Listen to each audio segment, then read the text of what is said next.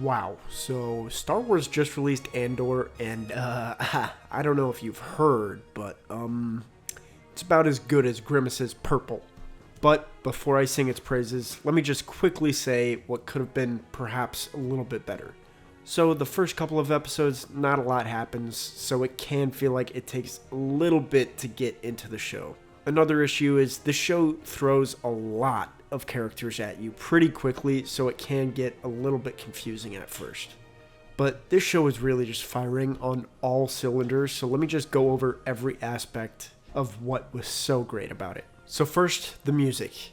This show had lots of subtle pieces throughout that really make the triumphant moments stick out when the music also rises. The composer also did Succession, so it's no surprise that the music is so good. I was really getting some Succession vibes in terms of the music at that one vacation planet. Also, it's just very distinct from other Star Wars scores, but it doesn't feel out of place.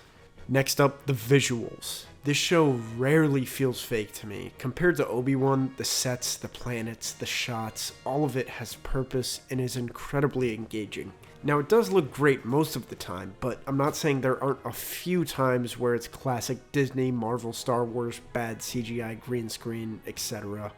But overall still looks great, with a few standout shots that really blew me away.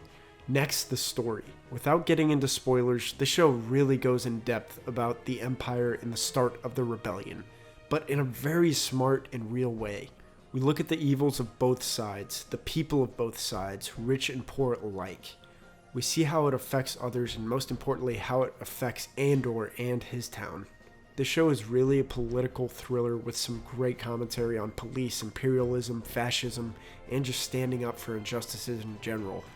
Also, there are so many places and story arcs in the show that are just incredibly thought out. Every place we visit has rules that the show makes clear, and it all just feels very lived in. The writing is also just very powerful and smart. It's really nothing like Star Wars has really seen before, except maybe the original trilogy. Next, the characters. Although the show does have many characters, they each have purpose and bring something to the show. There are many ISB officials who, while definitely evil, show us how easy it can be to do something horrific to others and only think about how you advance as an individual. Mon Mothma shows us the political side to a rebellion needing to find allies on the inside and outside, as well as the financial and personal cost it can have. There's just so many characters, and each explain their reason for doing what they do, their sacrifices, their good deeds, and their evil deeds. For both Rebellion and Empire, both are present. I just found myself getting attached to so many characters in the show because they felt so real. They even got me with the droid somehow, and that's pretty hard. Star Wars is always selling the droid of the month, and I'm like, R2-D2? No. 3PO? No. BB-8? No. BD-1? No. Gonk droid?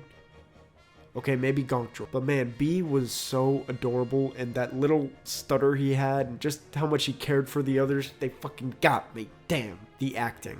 Everyone's acting in this really makes you forget that this is even a Star Wars show, to be honest.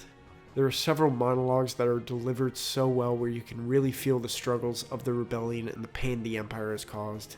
Andy Serkis, Diego Luna, Stellan Skarsgård, Fiona Shaw, even characters with little importance to the overall plot have time to shine thanks to how incredible the writing and acting in the show is.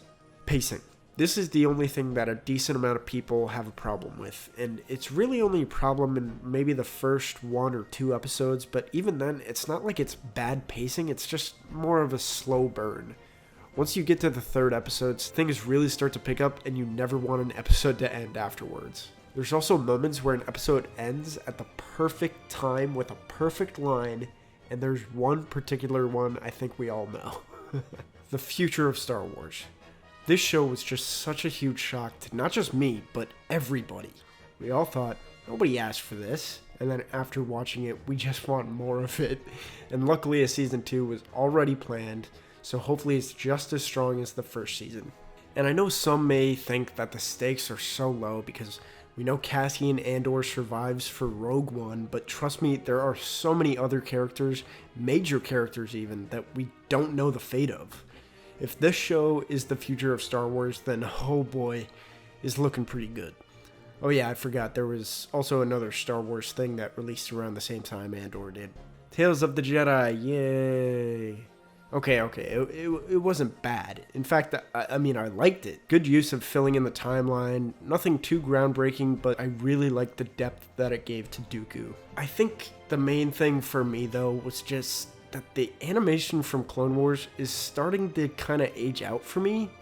Like, the locations can look incredible, but the characters have looked so similar for a while, and they try to use the lighting and framing to make it look 10 times better than it is, and I just feel like they need to reinvent the Clone Wars style. I mean, I get why they're sticking to it. They want consistency. So the Ahsoka episodes, apart from one of them, were pretty meh.